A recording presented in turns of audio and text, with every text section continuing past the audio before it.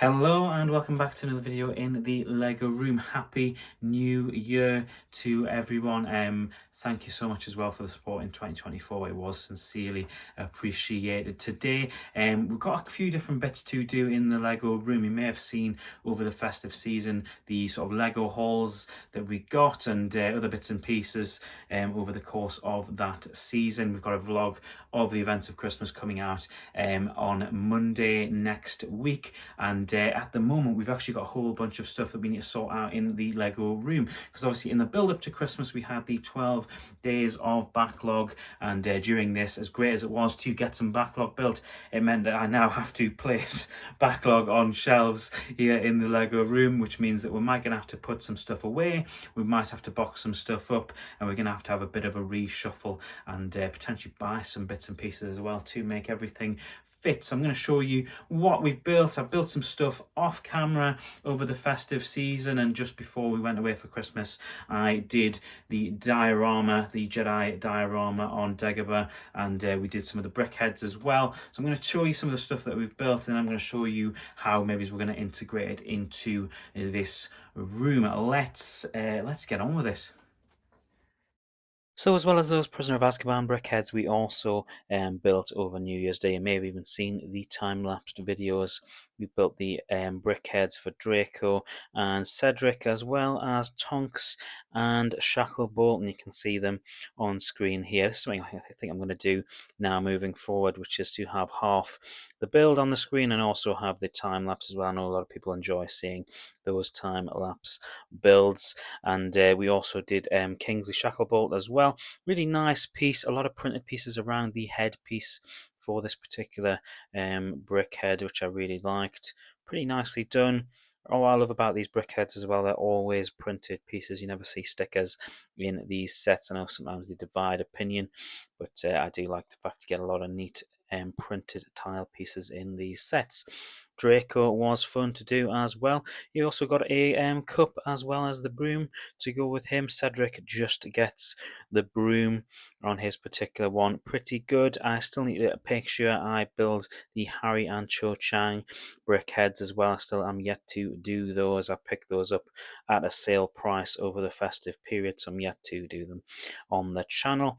And the Lord of the Rings set finally. We've got Frodo here as well with his sword, and I've also given him the one ring, but you'll be able to see from the Gollum brickhead that I've also given him the one ring. So I don't think there is actually one ring. He's also got that little fish piece, which is really, really cool as well. And watch your back, Frodo. That brings us to the problem of where they're going to go, and I think I'm going to need to acquire another tiered stand to start a new section of brickheads, probably in the cube next to this one. It was also time to place the diorama of the Jedi training on Dagobah, and it's going to go there now just because it's also in amongst all of the other dioramas, and I will probably get rid of that Millennium Falcon and put it with the other mid-scale ships from this year. Well, this now brings me on to where I'm going to have to start boxing some sets up for now, and these two seem better than any other to box up.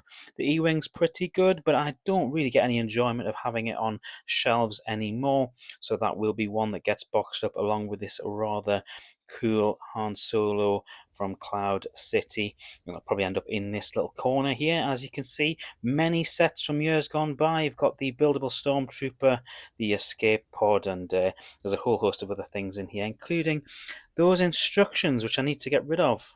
I mean, this is literally bursting. If I show you there, it is literally bursting at the seams with instructions.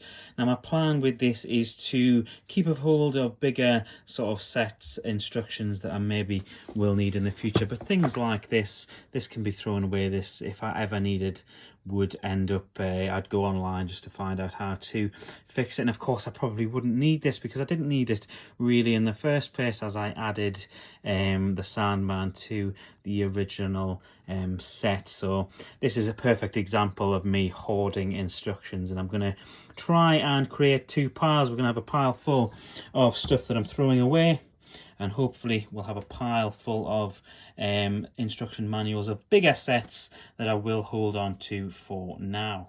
So as you can see, we've got a huge pile of instructions that quite frankly I no longer need, and this is the pile of instructions that I'm keeping. They're just the big box set. You got the cantina there, I think the burrow in behind it as well, Hogwarts. So yeah, all those ones will be kept, and they'll hopefully reduce the amount of space I'm using, which of course means I can now use this box to put that E-Wing and Han Solo carbonite in. I'm going to put a couple of the bits in that box as well, I think. And yeah, it's starting to take shape nicely. What I do need to do is take apart the advent calendar builds from this year, which I've just sort of put all in one little Tupperware tray, and you can see some clones in there as well, and maybe get the clones out. I haven't quite decided, maybe for another project, but I'm going to put all of these into my parts bins, and yeah, we'll go from there. So I'm going to part all of these out and just put the parts in my parts bins, and I think I'm going to keep the Venator and the Ghost as well. I think they'll be nice little additions to the collection, and it can just hide in its shadow for now. Who says that Star Wars is all grey?